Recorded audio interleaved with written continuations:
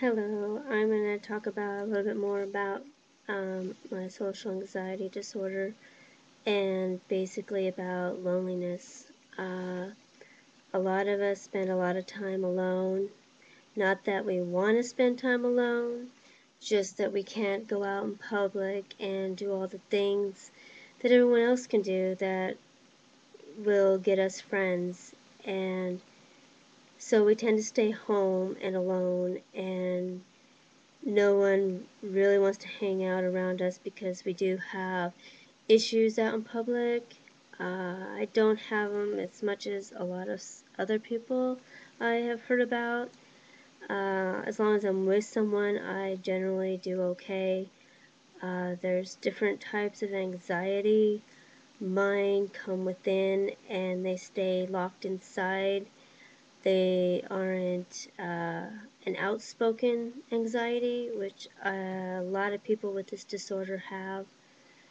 So it's harder to tell when you have this disorder or whether you're having a anxiety attack, because people who hold it in like I do, you don't see them go through it.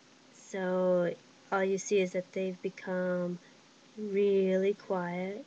They tend to kind of drop out of the scene by saying, can we go over here and do this instead? Because there's like too many people over there. Um, so yeah, suffering from this disorder, you really don't have a whole lot of friends. Most of my friends right now are online. It seems to be easier to talk to people, a lot of people, when you're not confronted with them or face to face. That tends to be, for some reason, a whole lot harder to deal with and accept. Still not quite sure why. Just that's just the way it is for us. Um, I don't really have a whole lot of understanding of why I have this, but I'm trying to just get a grip on my life. It has caused so many problems. Uh, Especially when you become a mom and you're a single mom and you're trying to raise, a child or a couple kids or so. I have two, and I didn't know I had this disorder back when I had them. So it made things a whole lot harder because I didn't understand why I was feeling the way I was feeling and why I was dealing with the things the way I was.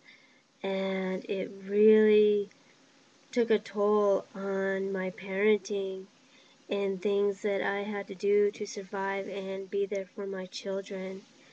And right now I'm having a real big argument with my mom, and she's not even talking to me.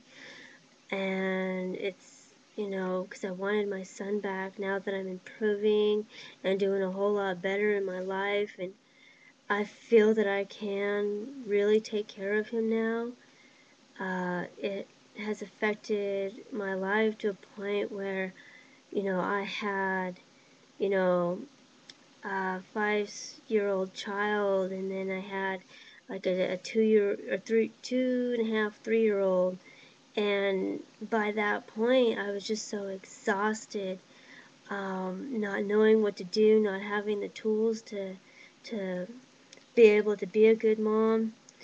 And, you know, as my mom decided that the best thing was the idea to let her have my son so that I can concentrate on raising the younger child. And at the time, this is like 10 years ago, you know, 9, 10 years ago, and at the time it sounded really great and wonderful. It's like, oh great, so much pressure was off of your shoulders. And but over time that gets to you and you're like, I don't have my child. Why don't I have my child? And you try to strive and try to make your life better so that you can get a grip on your life to be able to have that child back in your life. And now that I've done all this work and I've done everything, And I've finally gotten to the point where these past 3 years I've done so well. I think it scares my mom, and that now she's afraid to let go of my son, and so she's not even speaking to me because I wanted, to have him back and everything. And she had promised me that if I got better, that I'd be able to have him back. But I guess she figured I'd never get in the state of mind that I am in now to have bettered my life to be able to be at that point where I could take care of him. She just assumed that I would never get there. She never really supported me in anything I've ever done in my life, which makes, having this disorder a whole lot harder. She babied me a lot and along the way, and made it more difficult for me to deal with the public. And, so being in a closed environment made it more enabling for me to not deal with other people, and not getting, I guess, the right kind of help also enabled me to just, stay in that dark, sheltered cave that I basically dug for myself and decided that I never wanted to come out of. And now that I do, and now that I'm trying my hardest to try to make my life better, it's affected me and my family, which has left me feeling so much more alone. Because, people with this feel alone as it is, and then not to have family there to support you or anything, that makes it even so much harder. Right now, basically the only person I have to support me are two people, and that's good. And I have to look on the positive side of that, say, well, at least I have two, and I'm pretty sure that they know who they are. And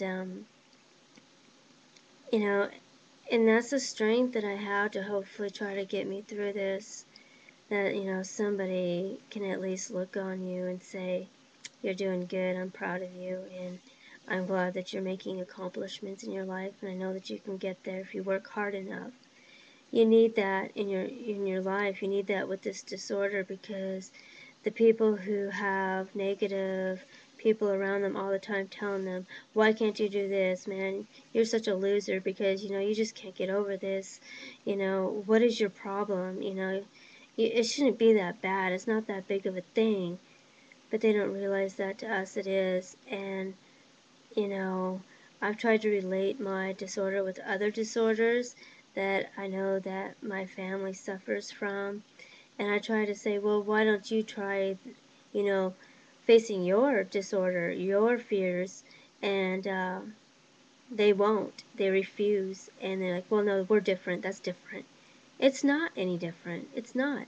A phobia, it's a phobia. A disorder, whatever you want to name it or call it, it is the same thing. You have to struggle to get past it and to bypass what you're so, fearful of. And yes, everyone will have their healing time and be able to deal with it in their own different ways. And you have to give them the respect and the time to do that in.